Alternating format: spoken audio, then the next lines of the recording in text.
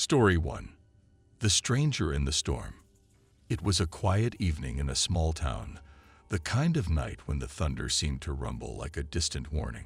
Sarah sat on her couch, wrapped in a blanket, watching the rain cascade down her windows. She loved storms. They always made her feel cozy. But this storm was different. As the wind howled outside, she heard a soft knock at her door. Confused, she glanced at the clock. It was well past midnight. Who would be knocking at this hour? Hesitantly, she approached the door, peering through the peephole. All she could see was darkness and the faint outline of rain. "Hello," she called out, her voice shaky. There was no response. She contemplated calling the police but decided against it. Perhaps it was just a neighbor seeking shelter from the storm. With a deep breath, she opened the door slightly, just enough to peek out. That's when she saw him, a man soaked to the bone, his hair plastered to his forehead. His eyes were wide with fear. "Please, I need help. Someone is after me." Instinct kicked in, and she opened the door wider, allowing him inside. "Come in, quickly," she urged, glancing outside nervously.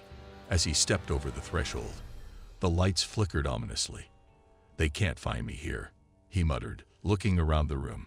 Sarah felt a chill run down her spine, but tried to remain calm. Suddenly, the lights went out, plunging the room into darkness. The thunder boomed louder, shaking the walls. She fumbled for her phone, using its flashlight to illuminate the room. When she shone the light on the man, her breath caught in her throat.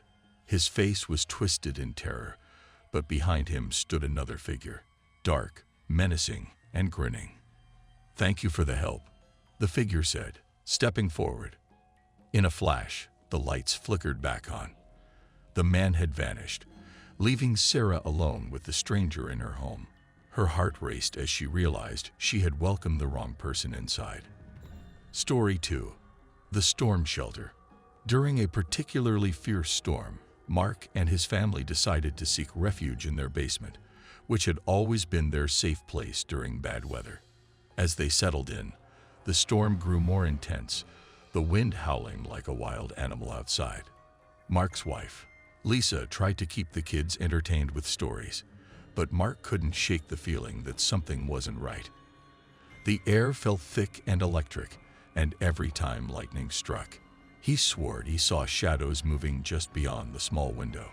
"Dad, can we go back upstairs?" His youngest daughter whimpered. "Not yet, honey. It's too dangerous up there," he reassured her, though he was starting to doubt his own words. Suddenly, there was a loud crash from above, and the house shook. The lights flickered and then went out completely, leaving them in pitch darkness. Mark grabbed his phone, turning on the flashlight. "Stay close, everyone," he said, trying to maintain calm. As he shone the light around the basement, he noticed something strange, a dark figure standing at the far end of the room. His heart raced. "Who's there?" he called out, trying to sound braver than he felt. The figure didn't respond. Instead, it slowly moved closer. Mark's mind raced. He backed away, gathering his family behind him. "Stay back," he shouted, raising the phone like a weapon. The storm raged outside, but the figure kept approaching, its features becoming clearer in the flashlight's beam. It was a woman, drenched, with hollow eyes and a twisted smile. "You shouldn't have come down here," she whispered. Panic surged through Mark as he turned to flee, but as they reached the stairs, the basement door slammed shut, trapping them inside. The figure laughed, a chilling sound that echoed around them. The storm outside was nothing compared to the nightmare unfolding within the walls of their own home. Story 3. The Echoes of Thunder. Backstory: Jessica had always been drawn to the old Victorian house she inherited from her grandmother. The locals warned her about the strange occurrences, particularly during storms, but she dismissed them as mere tales. That night, as thunder boomed in the distance, she felt a strange compulsion to explore the attic, a place she had always avoided. The attractiveness of the attic, as she climbed the narrow stairs, The air grew colder, and an electric energy tingled at her fingertips. She could hear the storm brewing outside, the wind rattling the windows. When she reached the attic, she was greeted by an eerie silence, broken only by the distant rumble of thunder. There in the corner, she spotted an old trunk covered in dust. Jessica approached, her heart racing. "What secrets are you hiding?" she murmured to herself, her curiosity piqued. The letters. When she opened the trunk, the musty smell of old paper wafted up. Inside, she found letters, photographs, and a small locket. As she read the letters, she felt a connection to the woman who wrote them, a woman who had loved deeply and lost tragically. The last letter was unfinished, the ink smudged as if she had been interrupted. Suddenly, a chill ran down Jessica's spine.